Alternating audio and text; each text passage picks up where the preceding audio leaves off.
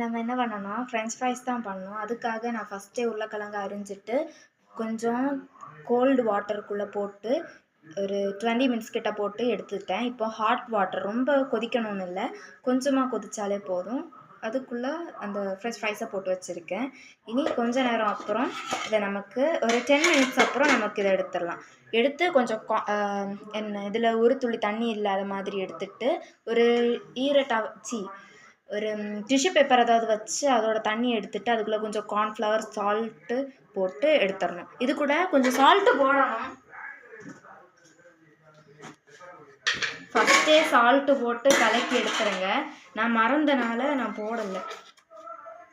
நான் மறந்துட்டேன் சால்ட்டு போட மறந்துட்டேன். ஸோ நான் இப்போ சால்ட்டு போட்டுக்கிறேன்.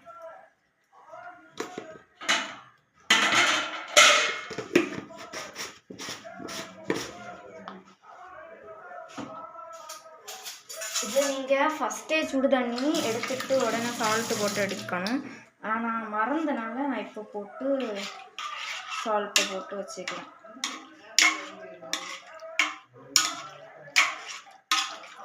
கிண்ட அவசியம் இல்லை.